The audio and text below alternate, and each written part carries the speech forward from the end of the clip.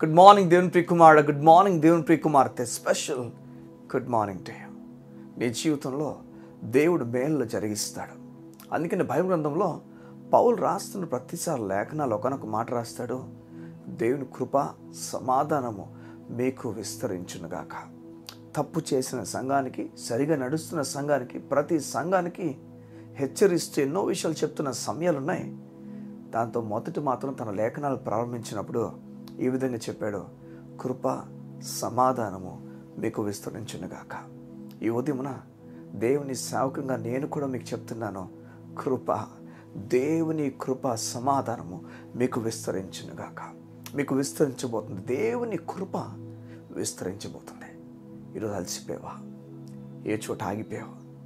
ఏ చోట నిలిచిపోయావా? నీ ఎడ్యుకేషన్ బట్టి నిలిచిపోయావా? నీవు సరిగా రాణించకపోవడం వల్ల నిలిచిపోయావా? నువ్వు సరిగా రాణించుండుంటే ఈరోజు అంత గొప్ప స్థాయిలో ఉండేదాను. ఈరోజు అంత స్థాయిలో లేవు. తక్కువ ఉన్న కారణం నువ్వు సరిగా ఏది చేయలేకపోవడం వలని చెప్పి దిగులు పడిపోతున్నావా? నీవు ఈరోజు అలసిపోవడానికి కారణం నీ వలన జరగాల్సినవన్నీ జరగకపోవడం వలన ఈరోజు నీ కుటుంబం ఇలా కూలిపోయిందని బాధపడుతున్నావా? సగమా, కృప అన్న మాటకు అర్థం ఏంటి చెప్పనా? నీ స్థాయికి మించి నీకు దేవుడు చేయడం. కృప అన్న మాటకు అర్థం నీ క్వాలిఫికేషన్ బట్టి కాదు. మరలా చెప్తున్నాను, నీ క్వాలిఫికేషన్ అంటే నువ్వు ఏమైతే చదివావో నీ చదువు మీద ఆధారం చేసుకొని కాదు, నీ ఉద్యోగం మీద ఆధారం చేసుకొని కాదు, నీకున్న వ్యక్తుల్ని ఆధారం చేసుకొని కాదు. ఈరోజు ఒకవేళ నీ తల్లిదండ్రులు స్తోమత లేనివారేమో, సరిగా నీకు అందించలేకపోతున్నారేమో, వారు కట్టాల్సింది కూడా కట్టలేకపోతున్నారు, లేకపోతే గవర్నమెంట్ చేసిన ప్రామిసెస్ వారు నిలిచి వారు చేయాల్సిన పని చేయకుండా ఈరోజు నేను విడిచిపెట్టేశారేమో. ఈరోజు సతమతం అయిపోయి ఇది జరుగుంటే నా జీవితం బాగుంది అనుకుంటున్నావేమో. ఈరోజు దేవుడు నీతో మాట్లాడుతున్నాడు, కృపలో ఆశీర్వదించబోతున్నాడు. సంగమా, నీకు మాట చెప్పనా? బైబిల్ గ్రంథం ఈ విధంగా చెప్తుంది, నువ్వు త్రవ్వని బావులను నువ్వు స్వాధీనం చేసుకుంటావని. నువ్వు త్రవ్వని బావులు దేవునికి ఇస్తానని చెప్తున్నాడు. నువ్వు నాటని ద్రాక్ష తోటలు అంటే నాటడం ఒక ఎత్తు అయితే అది పెరగడం ఒక ఎత్తు, దాని తర్వాత అది పంట అవ్వడం ఒక ఎత్తు. ఇదంతా లేకుండా నువ్వు ఉచితంగా దేవునికి ఇస్తానని చెప్తున్నాడు. త్రవ్వకుండా అంటే నీరుతో నింపబడిన బావులు అంటే తవ్వడం అంటే ఈ కష్టం అంతా ఏమవుతుందో అది లేకుండా కృపలో నీకు ఉచితంగా దేవుడు ఇస్తా అని చెప్తున్నాడు. నిజమిదే. ఒకవేళ ఇల్లు లేకుండా సతమతం అవుతున్నావు, అద్దిల్లు ఉంటున్నావేమో, నా జీవితం ఏంటని చెప్పి నిరాశపడిపోతున్నావేమో, నీకు దేవుడు తొందరలో గొప్ప విషయం చేయబోతున్నాడు. నేను ఎందుకు ఈ విషయం చెప్తున్నానంటే, చూడండి, యేసుప్రభు ఒక మాట మనకు చెప్పారు ఏమంటే, చూడండి, ఆకాశ పక్షులను చూడండి, ఆ వెత్తువు కోయవు కోటలో కూర్చుకున్నావు, అయినా మీ పరలోకపు తండ్రి వాటిని పోషిస్తున్నాడు. మీరు వాటికను బహుశ్రేష్ఠులు కాదా?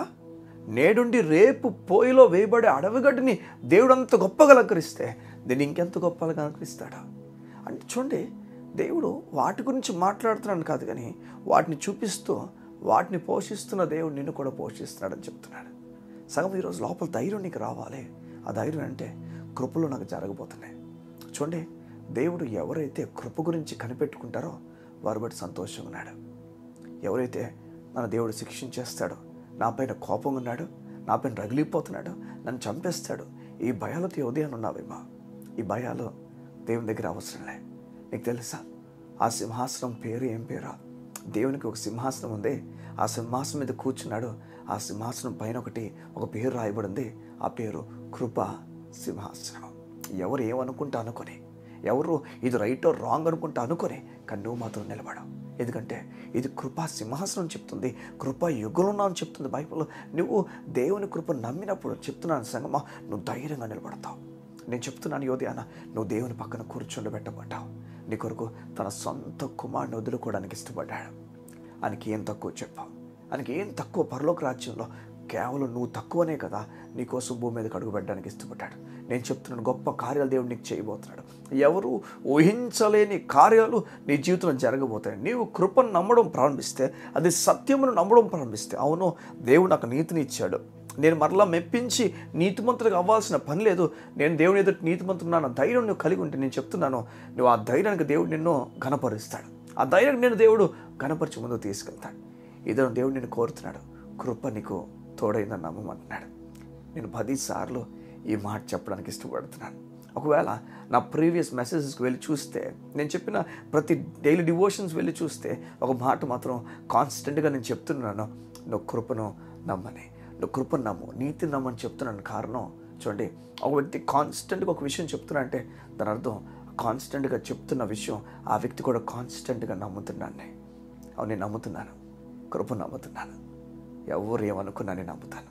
కారణం ఈ కృప నా జీవితాన్ని కడుతుంది. ఈ ఉదయం దేవుడు నిన్ను కూడా కోరుతున్నాడు, నమ్ము. నమ్మితే గొప్ప కార్యాలు నువ్వు చూస్తావు. అబ్రాహాము నీతిమంతుడని పిలువబడుతున్నప్పుడు అబ్రాహాం బట్టి పిలువబడలే, అబ్రాహాము యేసయ్య ఇచ్చిన నీతి బట్టి పిలువబడ్డాడు. అవును, ఈ ఒకవేళ దేవుడు నీతి వైపు నీ కళ్ళు ఉంచితే దేవుడు కార్యాలను జరిగిస్తాడు. నేను చెప్తున్నాను, గొప్ప కార్యాలను చూడబోతున్నా. తన కుమారుని కోసం వదులుకున్నాడు, నీకోసం ఇంకా గంభీరమైన కార్యాలు జరగబోతున్నాయి. కళ్ళు మూసుకుంటావా? ఏది నీ గురించి ప్రార్థన చేయడానికి ఇష్టపడుతున్నాను. మా ప్రియ పరలోకపు తండ్రి, గంభీరమైన కార్యాలు నీ బిడ్డలో చూచునుగాక. నెమ్మది కలిగి ముందుకు ప్రాణం నీ బిడ్డలకు నేర్పించండి. అయ్యా, నీ లేఖనాలు నువ్వు చెప్పావు కదా, నువ్వు ఎన్నడూ విడువు అని, ఎడబాయు అని, నీవు నీ ప్రజలకు తోడై ఉన్నావని. అట్టి ధైర్యంను నీ ప్రజలు కలిగి ముందుకు వెళ్దురుగాక. ఎవరు ఏమనుకున్నా, ఎవరు అలాంటి మాటలు వీరి పట్ల మాట్లాడినా వీరు మాత్రం ధైర్యంగా నీ కృపను నమ్ముదురుగాక నా తండ్రి. వీరు నిన్ను మెప్పించాల్సిన పని లేదని అయ్యా, వీరు నీతిమంతులు అన్న ధైర్యపు మాట వీరి హృదయంలో మొదట వెళ్ళి అవి స్థిరపరచబడినగాక. కృపను సత్యంగా నమ్మిన నాటి నుండి వీరు ఫలిస్తారు, వ్యాపిస్తారు, ధైర్యంగా ముందుకు అడుగులేస్తారు. అటు విషయాలు వీరు జ్ఞానం కలిగి నీ ఆత్మచేత నడిపించబడినట్లుగా సహాయం అడుగుతూ యేసు నామమున గొప్ప కార్యములు ఈ దినం జరుగుతున్నాయి తండ్రి. ఆమేన్, ఆమేన్, ఆమేన్. వెళ్తున్నా, నువ్వు నీ పనిలోకి వెళ్ళబోతున్నావేమో, లేకపోతే నువ్వు ఏదైనా చోటుకు వెళ్తున్నావు, ఏదైనా చోటుకు వెళ్ళాల్సిన పని ఉందో, లేకపోతే ఇంట్లో ఉంటున్నావేమో. ఒక మాట చెప్తున్నాను, ఈరోజు గొప్ప కార్యం దేవునికి చేయబోతున్నాడు. నేను చెప్తున్నాను, నేను దేవుని కార్యం నీ జీవితంలో జరగబోతుంది. నువ్వు ఎదురు చూస్తున్న ఆ పని దేవుడు జరిగించబోతున్నాడు. God bless you. See you tomorrow.